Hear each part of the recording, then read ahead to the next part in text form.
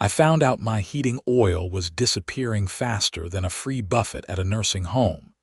And that discovery would turn my quiet winter in rural Vermont into an all-out war with the most vindictive HOA president I'd ever had the misfortune of meeting.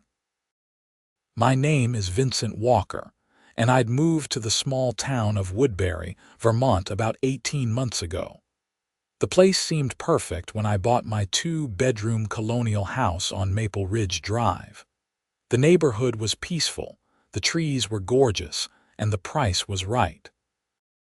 What I didn't know was that our HOA president, a middle-aged woman named Gretchen Anderson, ran the place like her personal fiefdom. The first sign something was wrong came in early January.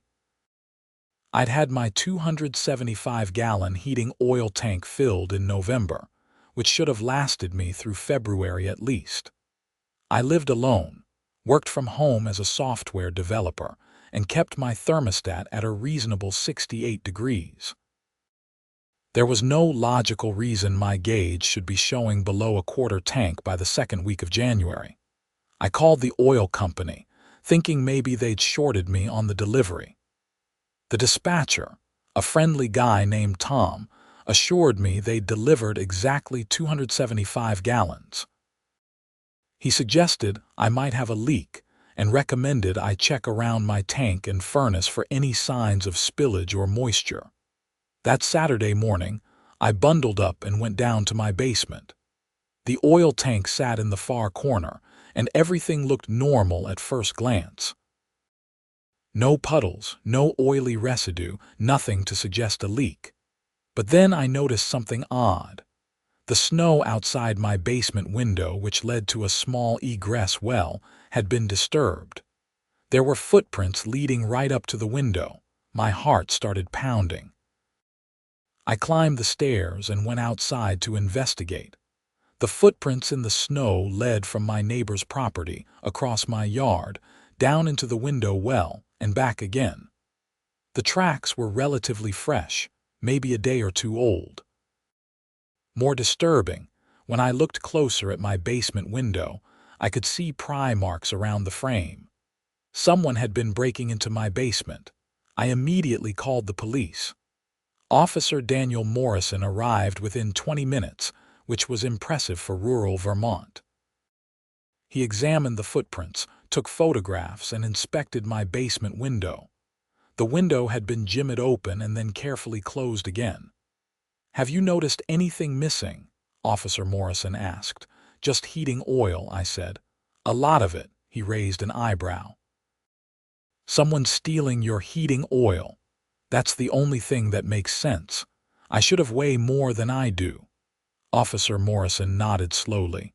"You'd be surprised how common this is getting. With oil prices what they are, theft has been on the rise." "Do you know if any of your neighbors have been having issues?" I told him I didn't know my neighbors well yet. He took down all my information and said he'd increase patrols in the area. Then he suggested I install a lock on my oil tank and maybe get some security cameras.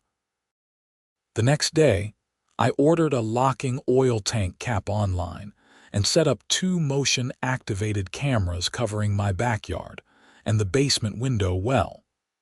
The lock wouldn't arrive for a few days, so I had to hope the cameras would at least catch whoever was stealing from me. 3 nights later, at 2:47 a.m., my phone buzzed with a motion alert. I grabbed it and pulled up the camera app. There, clear as day in the infrared footage, was someone in a heavy winter coat climbing down into my window well. They pried open my basement window and disappeared inside. I was already dialing 911 as I threw on clothes. The dispatcher told me officers were on their way and to stay upstairs and away from the intruder. It was some of the longest 15 minutes of my life, sitting in my kitchen with a baseball bat, listening for any sound from below.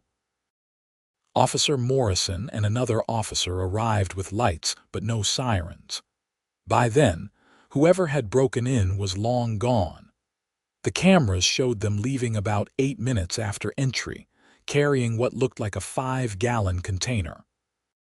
"They knew what they were doing," Officer Morrison said as we reviewed the footage. "In and out quick, knew exactly where to go." "Can you identify them from this?" I asked. He shook his head. "Two bundled up. But the gait, the height, this is probably someone local. Someone who knows your property." That made my skin crawl. I'd lived here 18 months and kept mostly to myself. Who would even know I had heating oil? The next morning, the locking cap I'd ordered arrived early. I installed it immediately, making sure it was tight and secure. The cap had a heavy-duty padlock, and I kept the only key on my keyring. Let them try to steal from me now. 2 days later, I got my first interaction with Gretchen Anderson that made me realize what I was really dealing with. I was shoveling my driveway when a silver Lexus SUV pulled up.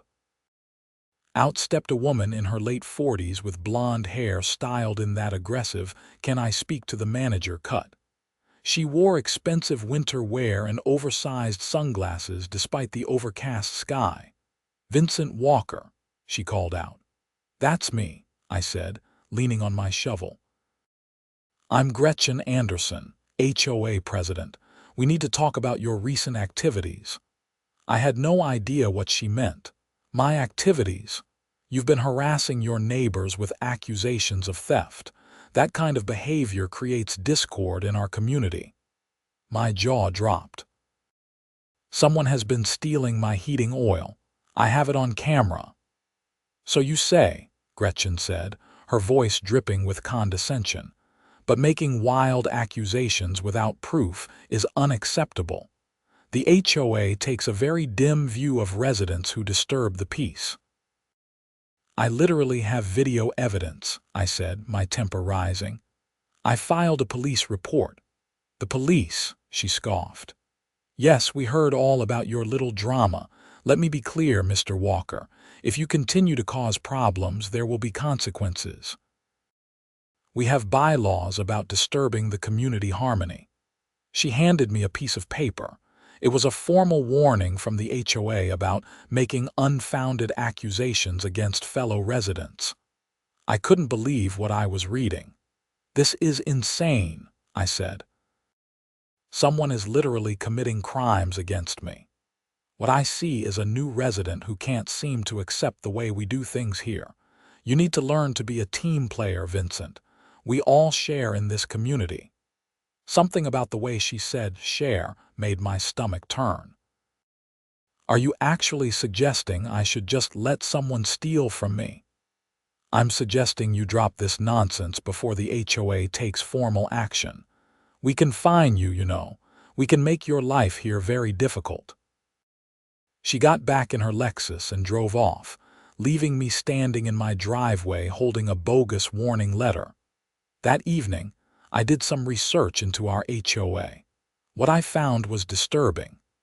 Gretchen Anderson had been president for 7 years, running unopposed each election. She'd been involved in numerous disputes with homeowners, almost always winning due to vaguely worded bylaws that gave her broad authority. 3 families had sold their homes and moved away in the past, 2 years after battles with her. I also learned something interesting. Gretchen lived 4 houses down from me in a large colonial that she'd renovated extensively. Her heating system was also oil-based. A thought occurred to me. The footprints leading to my house came from the direction of Gretchen's property.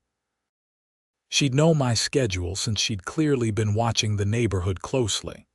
And her aggressive response to my theft complaint seemed less like protecting community harmony and more like covering her own tracks. I called Officer Morrison and shared my theory. He was quiet for a moment. "That's a serious accusation," he said finally. "I know, but it fits. Can you look into it? We'll check it out. In the meantime, you said you put a lock on your tank." "Yesterday." "Good. Let's see what happens next." What happened next was a blizzard warning. A massive storm system was bearing down on Vermont, with forecasts calling for up to 3 feet of snow and wind gusts of 50 miles per hour. The storm was expected to hit Thursday evening and last through Saturday morning. Wednesday afternoon, I got another visit from Gretchen. This time she wasn't alone. With her was a thin, nervous-looking man she introduced as Harold Pemberton, the HOA treasurer. "We need access to your oil tank," Gretchen announced without preamble. "Excuse me, your oil tank." There's a community provision that in times of emergency, resources can be shared among residents. With the storm coming, I'm invoking that provision. I stared at her. "You want my heating oil?" The HOA is entitled to emergency access to all resident resources as outlined in Section 47, Paragraph 12 of the bylaws. "Absolutely not," I said. "You've been stealing from me already. That's why I put a lock on the tank." Her face flushed red. "How dare you accuse me of theft?" "Harold, you're witnessing this slander." Harold looked like he wanted to be anywhere else. "Maybe we should just know," Gretchen cut him off. "Vincent, you will provide the HOA with a key to that lock or you will face severe fines. We're talking thousands of dollars." "Sue me," I said and closed the door in her face through the window. I watched her stomp back to her Lexus, gesturing wildly while Harold trailed behind her looking miserable. I immediately called my lawyer, a sharp woman named Patricia Chen, who I'd found through online reviews. I explained the situation, sent her photos of the HOA bylaws, and told her about the theft. "This is absolutely not legal," Patricia said after reviewing everything. "The bylaw she's citing is about sharing generators during power outages, not personal heating oil. And even if it applied, she'd need to go through proper channels, not just demand access. Plus, if she's been stealing from you, she's committed multiple felonies. Can she fine me? She can try. We'll fight it. Document everything, Vincent. Every interaction, every demand, everything." Thursday morning, the storm began rolling in. By noon, snow was falling steadily. By 3 p.m., visibility was down to almost nothing. I'd prepared well, though. My tank was at a quarter full thanks to Gretchen's theft, so I'd had an emergency delivery that morning. Now I was sitting at 200 gallons with a locked cap. I had food, water, batteries, and a generator just in case. At 6:15 p.m. my power went out. No surprise there. I fired up my generator and kept my furnace running. The wind was howling now, rattling my windows. Snow was piling up at a rate of about 3 inches per hour. At 8:30 p.m. my phone rang. It was a number I didn't recognize, but I answered. "Vincent," it was Harold Pemberton, and he sounded panicked. "I need your help. Gretchen's furnace stopped working." "Why are you calling me?" "She's out of oil. Her tank is empty. I checked mine and I'm almost out too. We didn't realize. She said she'd filled hers in November, but it's bone dry. Because she'd been using my oil instead of her own. The irony was almost beautiful." "That's unfortunate," I said. "Vincent, please. It's going to drop below zero tonight. She could freeze." "She should have thought of that before she stole from me." "What are you talking about? Your HOA president has been breaking into my basement and siphoning my heating oil for months. That's why I locked my tank." "That's why she's out of oil now." Harold was silent for a long moment. "Oh my God, the bylaw's provision. She insisted we add that last year. I thought it was weird, but she said it was for emergencies." "She was planning ahead," I said. "Making sure she'd have a legal excuse to take my oil when she ran out of stolen supply." "Vincent, I didn't know. I swear I didn't know. But regardless of what she's done, we can't let her freeze to death." He had a point. As angry as I was, I didn't want Gretchen to die. But I wasn't about to just hand over my oil either. "Call the police," I said. "Tell them she needs emergency assistance. They'll figure something out, but she's not getting my oil. The roads are impassable. Nothing's getting through until they can plow tomorrow at the earliest." Then she should have made better choices, I said and hung up. I felt guilty immediately. Was I really going to let someone freeze over stolen heating oil? But then I remembered her smug face, her threats, her theft. She'd put herself in this situation. 20 minutes later, someone was banging on my front door. I looked through the peephole and saw Gretchen, covered in snow, looking furious. I opened the door a crack. "What? Give me your damn oil key," she screamed. "No, I'm freezing. My house is 52 degrees and dropping." "You should have thought of that before you spent the winter breaking into my basement and stealing from me." "I don't know what you're talking about. Gretchen, I have you on camera. The police have the footage. It's over." Her face went through several emotions: shock, fear, and then rage. "You can't prove anything." "Actually, I can. My cameras caught you 3 times. The police are building a case right now. They were just waiting for more evidence. Congratulations, you provided it by showing up here demanding access to the exact tank you've been stealing from." "You smug little bastard," she hissed. Fine, you want to play it this way. I'll bury you in fines. I'll make your life hell. I'll foreclose on your damn house." The HOA doesn't have the authority to foreclose for refusing to give you heating oil. My lawyer confirmed that.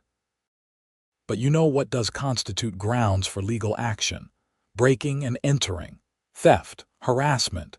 You've committed multiple felonies, Gretchen. The color drained from her face. The reality of her situation was finally hitting her. "You have 2 choices," I said. "You can walk away right now, go home.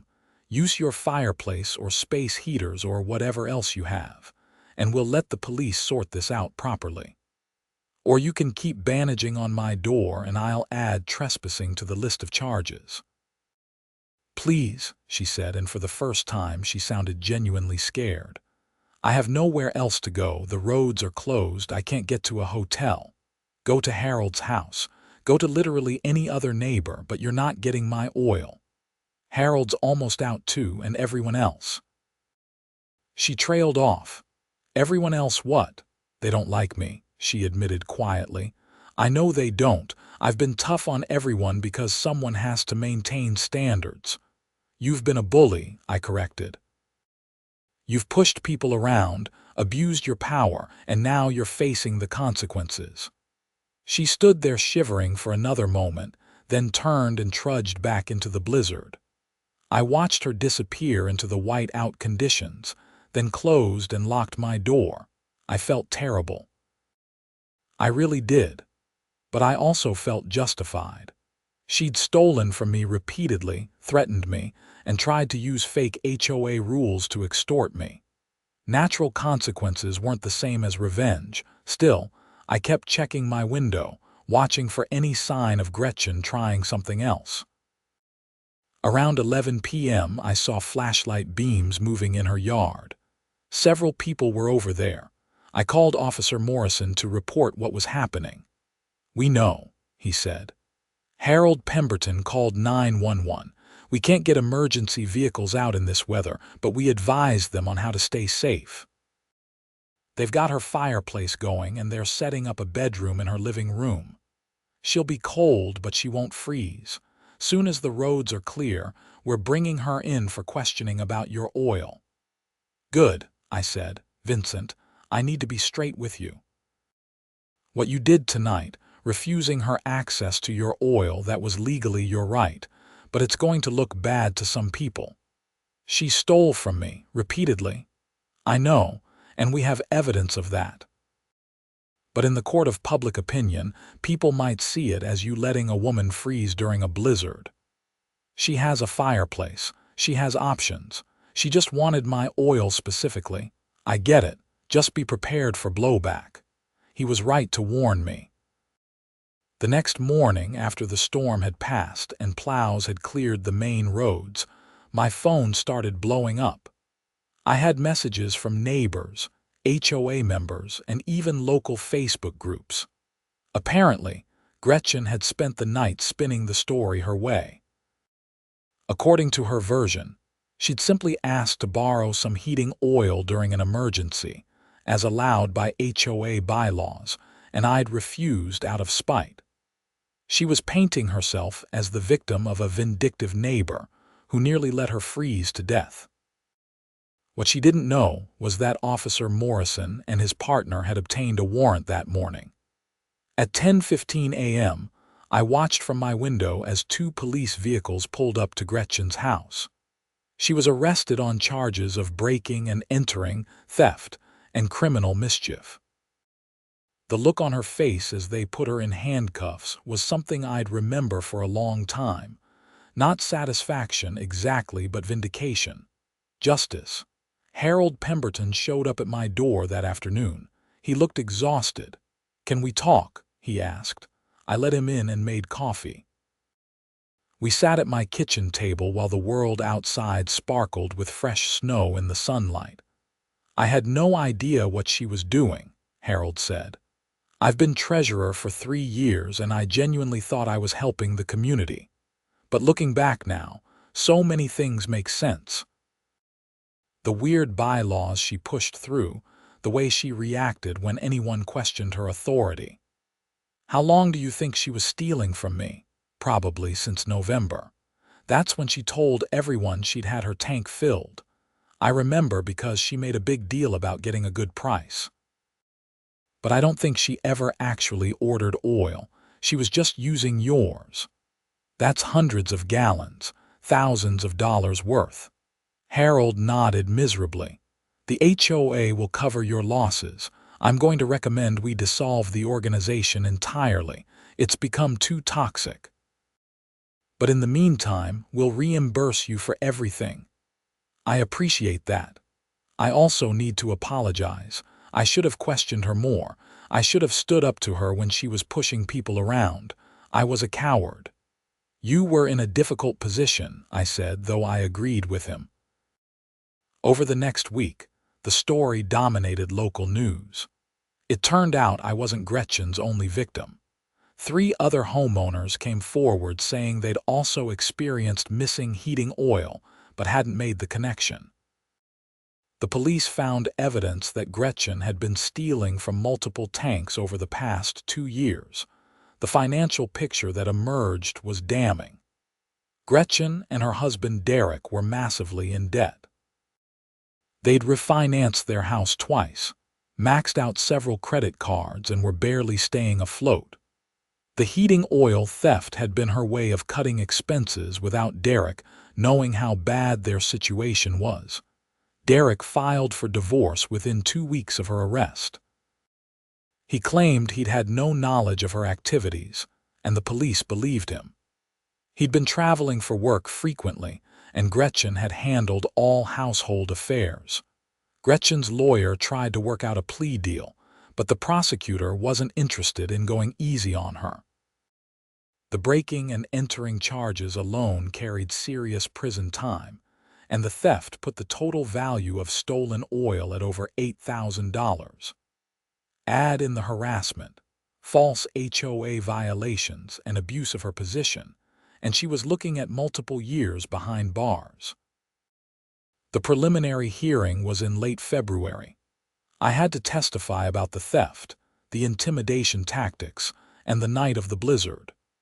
Gretchen's lawyer tried to paint me as vindictive, asking why I hadn't helped her when she came to my door. "She'd been stealing from me for months," I said calmly. "She'd threatened me with false HOA fines. She'd harassed me. And even then, she had options. She had a fireplace. She had neighbors who would have helped her if she'd been honest. She came to my door demanding access to my property after months of criminal activity. I was under no legal or moral obligation to help her." The judge seemed to agree. He denied bail, citing Gretchen as a threat to community safety given her pattern of targeted harassment. The trial itself happened in April. Spring had come to Vermont, bringing green grass and budding trees. The courtroom was packed with neighbors and HOA members, all curious to see how this would end. The prosecution presented the security camera footage, which was damning. You could clearly see Gretchen's face in some of the later videos once I'd upgraded to better cameras. They presented testimony from the oil company about delivery amounts versus usage rates. They brought in the other victims who'd lost oil. Gretchen's defense was weak. Her lawyer argued that the HOA bylaws gave her authority to access resident resources in emergencies.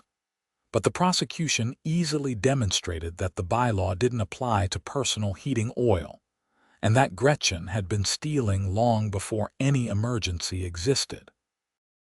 The jury deliberated for less than 4 hours, guilty on all counts. At sentencing in May, the judge was harsh. "Miss Anderson, you held a position of trust in your community, and you abused that trust repeatedly. You stole from your neighbors, you intimidated them, and when you were caught, you tried to use a natural disaster to cover your crimes. This court sentences you to 4 years in prison, with eligibility for parole after 2 years. You will also pay full restitution to all victims and cover their legal costs." Gretchen broke down crying as they led her away. I felt a complicated mix of emotions watching her. I didn't enjoy seeing another person destroyed, but I also knew she'd done this to herself. The HOA held an emergency meeting the following week. Harold had been serving as interim president, and he'd done a good job stabilizing things. The first order of business was voting on whether to dissolve the HOA entirely. I voted to keep it but restructure it completely. "We need some kind of community organization," I argued, "but one with better oversight and limited power.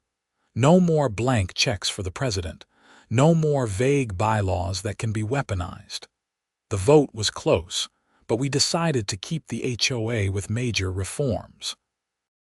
We rewrote the bylaws to be specific and limited. We established term limits for all positions.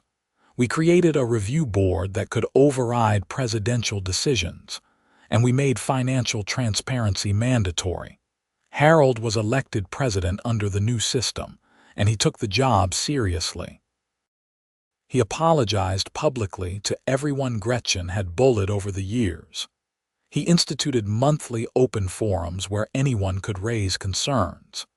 He turned the HOA from a dictatorship into an actual community organization.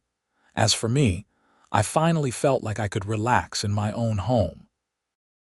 I kept the security cameras up, just in case, but I no longer felt under siege. My neighbors, once distant and suspicious thanks to Gretchen's influence, became friendly. We had block parties. We helped each other with yard work and snow removal. One Saturday in June, Harold and I were having a beer on my back deck, watching the sunset paint the Vermont hills gold and purple.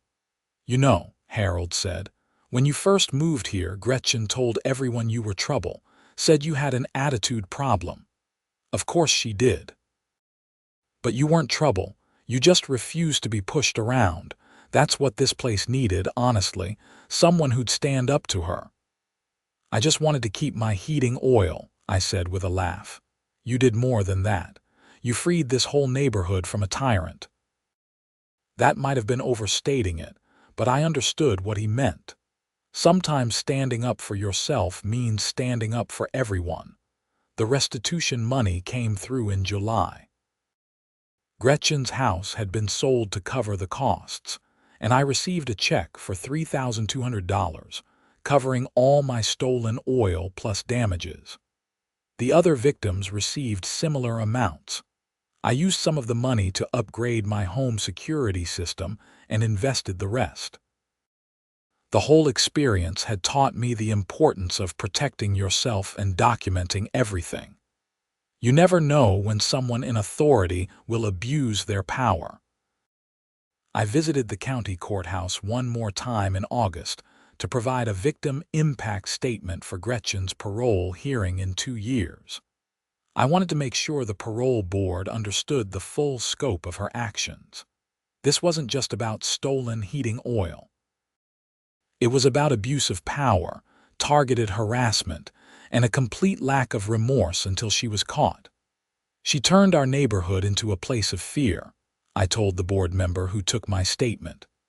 People were afraid to plant the wrong flowers or paint their shutters without her approval. She used her position to intimidate and steal. She needs to serve her full sentence.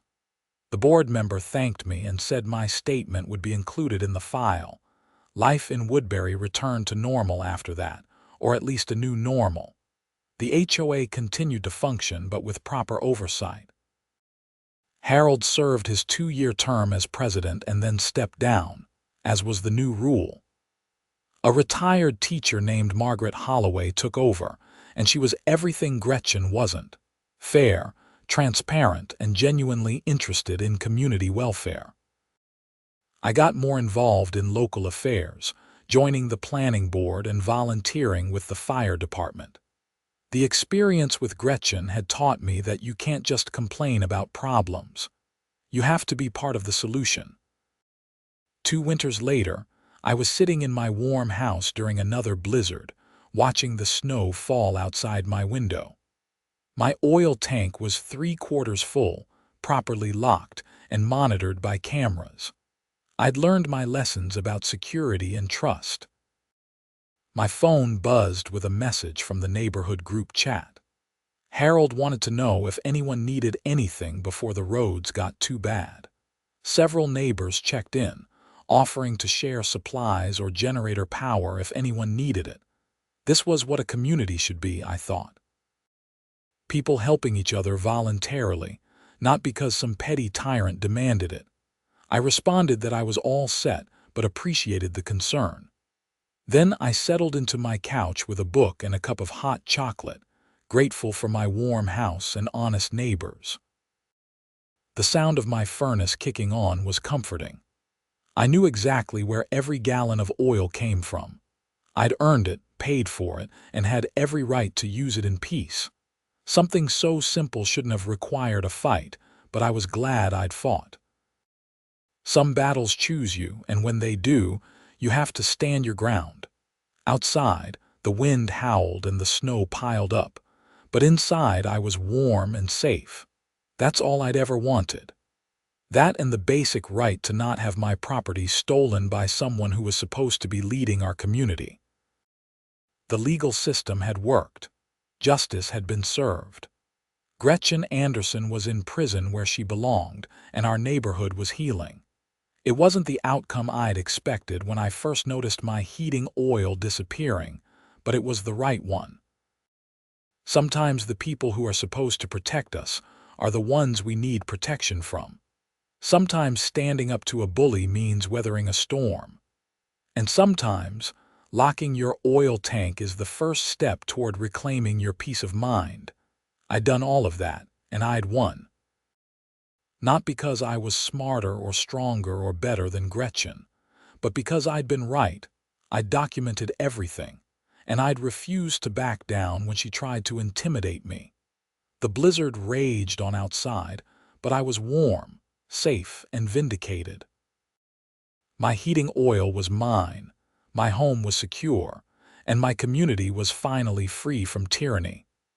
That was worth every moment of stress and conflict. As I drifted off to sleep that night, listening to the storm outside and the furnace humming inside, I thought about how different things might have been if I just accepted Gretchen's theft. If I'd been too intimidated to fight back, if I'd let her get away with it, but I hadn't. I'd stood my ground, and that had made all the difference. The next morning, I woke up to 3 feet of fresh snow and a neighborhood transformed into a winter wonderland. Kids were already out building snowmen. Neighbors were helping each other dig out driveways. Harold was organizing a volunteer crew to clear the elderly residents' walkways. This was community. This was what the HOA should have been all along. Not threats and theft and intimidation, but cooperation and genuine care for each other.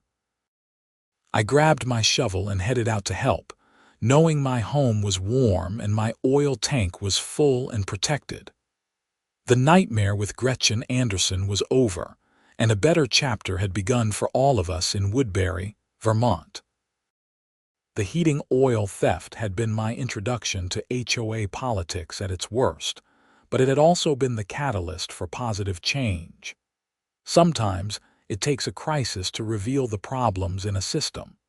Sometimes it takes one person refusing to be victimized to inspire others to demand better.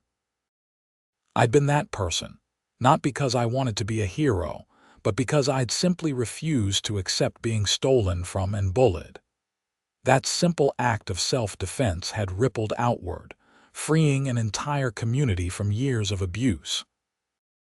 And now, 2 winters after that terrible blizzard night when Gretchen had pounded on my door demanding my oil, we were all better off. She was in prison. The HOA was reformed. The neighborhood was thriving. And my heating oil tank remained full and locked, a symbol of personal sovereignty and the right to protect what's yours. It was a hard-won peace, but it was real and it was lasting. That's all anyone can really ask for.